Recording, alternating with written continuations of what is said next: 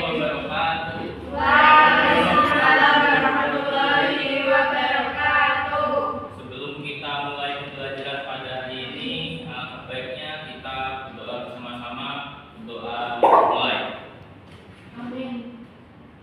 Doa selesai. Ya baik. Bagaimana kabarnya semua, Mas Mbak? Baik, alhamdulillah baik Kak. Terima sehat ya. Apakah hari ini ada yang tidak hadir? Siti. Siti kenapa? Jatuh dari pohon. Jatuh dari pohon. Nah, tujuan untuk belajar pada hari ini saya ingin menekankan siswa untuk sedikit mengetahui saja ya, memberikan gambaran mengenai kecerdasan buatan AI.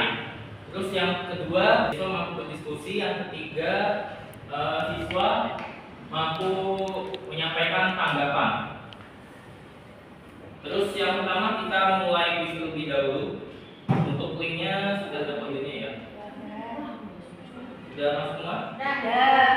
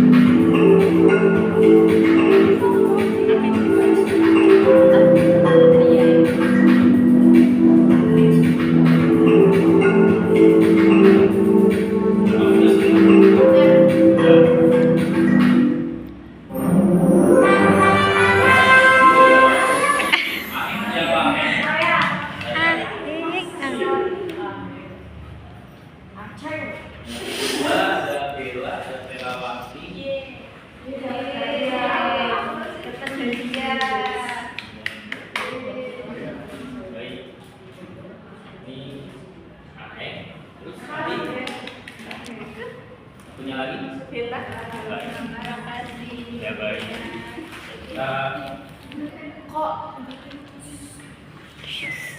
Ya sebelumnya kita melakukan speaking terlebih dahulu ya. Semuanya bisa berdiri.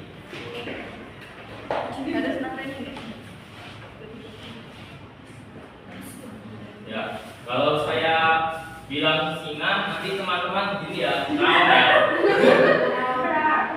Kalau saya bilang kupu-kupu, teman-teman gini. Ya. Kita mulai ya.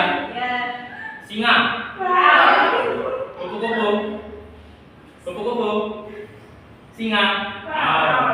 Singa. Kupu-kupu. Singa. Baik.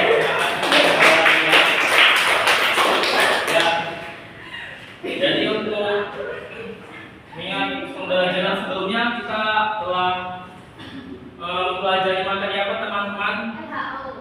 Ya, LHO. Jadi dalam LHO itu tadi ada apa aja sebetulnya? Ya. Pernyataan umum, deskripsi bagian, deskripsi manfaat atau kesimpulan. Kesimpulan, baik. Ya.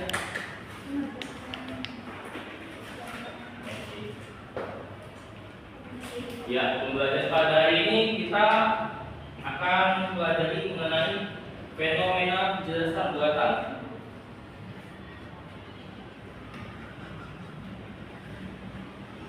Kita tahu ya, kecerdasan buatan itu apa? Ada yang bisa mengetahui atau bisa dibilang itu AI? Ya, Pak Diana. Fenomena kecerdasan buatan atau AI adalah kemampuan mesin untuk meniru kecerdasan manusia. Ya, betul sekali.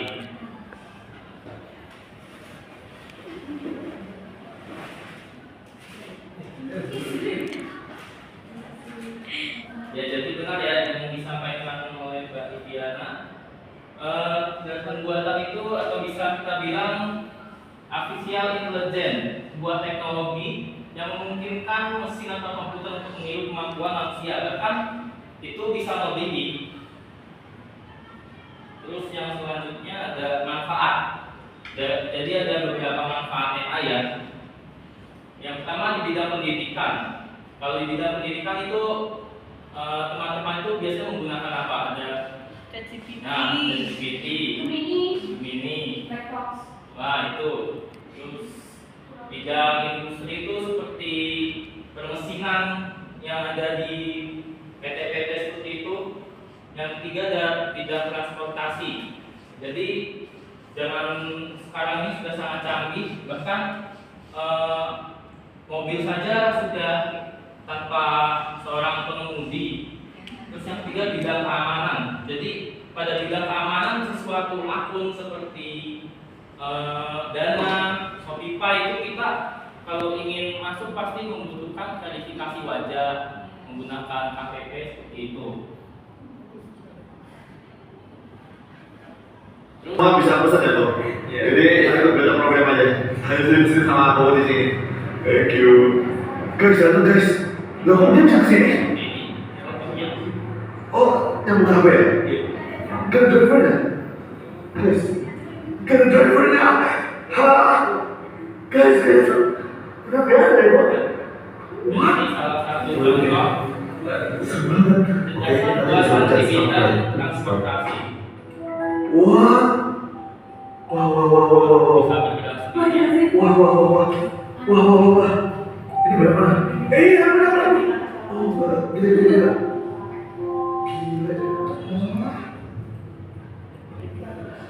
Ini guys, terima kasih dulu. Oh, pas. Bintang 5 mas, bintang 5. Mantap. Ya, begitu. Nah, jadi kita selanjutnya memasuki materi teks diskusi. Nah, ada yang tahu nggak teks diskusi itu apa?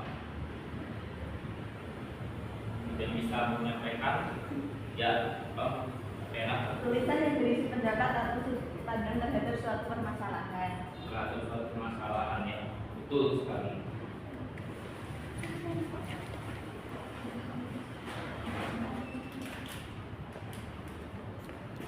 Jadi teks diskusi ini memang benar merupakan suatu pandangan yang disampaikan oleh dua orang atau lebih untuk mencapai sesuatu permasalahan yang dicapai. Jadi teks diskusi ini sangat berbeda sekali ya teman-teman dengan debat, karena dari tujuannya sudah berbeda. Debat itu bertujuan untuk mempertahankan argumen yang bersifat kompetitif. Jika diskusi itu kita menyampaikan perspektif kita seperti itu. Ya, jadi ini adalah strukturnya. Yang pertama ada isu, argumen, kesimpulan. Jadi dalam argumen itu pastinya ada suatu pro dan kontra. Pro itu merupakan afirmasi, menyetujui. Kalau kontra itu seperti menolak dari. Nah, ini ada contoh pernyataannya. Dari yang pro itu penggunaan teknologi dalam pendidikan membawa manfaat yang benar, sebab teknologi memungkinkan akses ke berbagai sumber belajar yang lebih interaktif dan efektif. Nah, jika kita lihat kontranya ini, tapi ada penolakan. Nah, kemudian ada beberapa kaidah kebahasaannya. Kaidah kebahasaan yang pertama, terdapat konjungsi pertentangan seperti menggunakan sedangkan, tetapi, melainkan, dan sebagainya. Yang kedua, konjungsi perbandingan yang lebih daripada lebih ya. Terus untuk selanjutnya teman-teman sudah tahu lah kalau cara memberi tanggapan itu seperti apa ya. Jadi memberi tanggapan itu dari perspektif kita sendiri, itu yang berupa penilaian ulasan dari hasil diskusi. Jadi selanjutnya Bapak ingin memberikan kelompok. Nah, ini dikerjakan ya. Berapa kelompok? Nah, ini bisa disampaikan.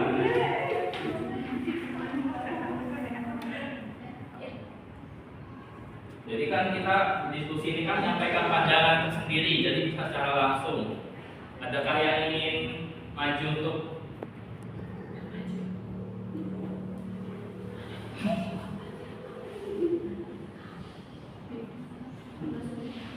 ini kan dalam konteksnya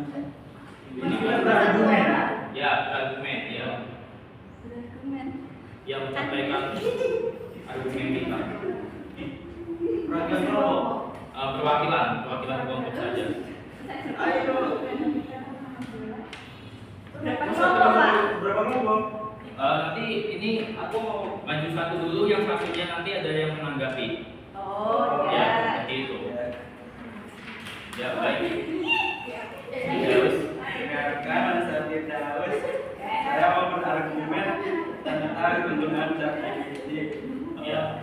Kalau menurut saya penggunaan ChatGPT ini bagus membantu para siswa untuk mengerjakan tugas dan mengerjakan mengirimkan pekerjaan. Ya. Tapi kalau menurut saya harus menggunakannya itu ya sesuai lah, bijak gitu. Jadi jangan semuanya dari ChatGPT. Ya. Ada kelompok yang ingin menanggapi? Ya, silakan. Memang AI ini bagus, ChatGPT ini bagus, tapi kalau terlalu lama digunakan atau sering digunakan malah menjadi kecanduan dan tidak mau berpikir sendiri. Nah, ya ini apakah yang menyampaikan menanggapi dari apa yang disampaikan oleh Mas Firdaus? ChatGPT itu bagus, bisa membantu murid tanpa berpikir. Ya, jadi kesimpulannya ternyata ada pro kontra dari semua teman-teman. Bahwasannya ya memang benar yang disampaikan, ChatGPT itu ada lebih baiknya juga dalam siswa itu mengerjakan waktu lebih efisien, tapi kontranya itu kita menjadi lebih malas dan bergantung hanya kepada GPT saja. Seperti itu.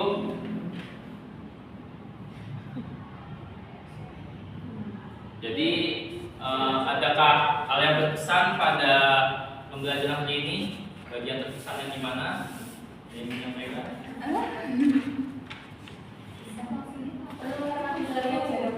Dari Makolin, fansnya pasti, ya. Tahu itu apa itu argumentasi? Argumentasi, oke. Jadi motivasi pada hari ini Bapak memberikan gunakanlah teknologi sebaik-baiknya, karena jangan sampai teknologi itu menghancurkan kita, gitu. Ya, jadi sekian dari saya untuk Mbak Tela menutup pembelajaran pada hari ini. Untuk menutup pembelajaran kali ini, mari kita berdoa. Berdoa mulai. Amin. Berdoa selesai. Baik, sekian dari saya. Jika ada salah penyampaian kurang lebih mohon maaf. Wassalamualaikum warahmatullahi wabarakatuh. Waalaikumsalam warahmatullahi wabarakatuh.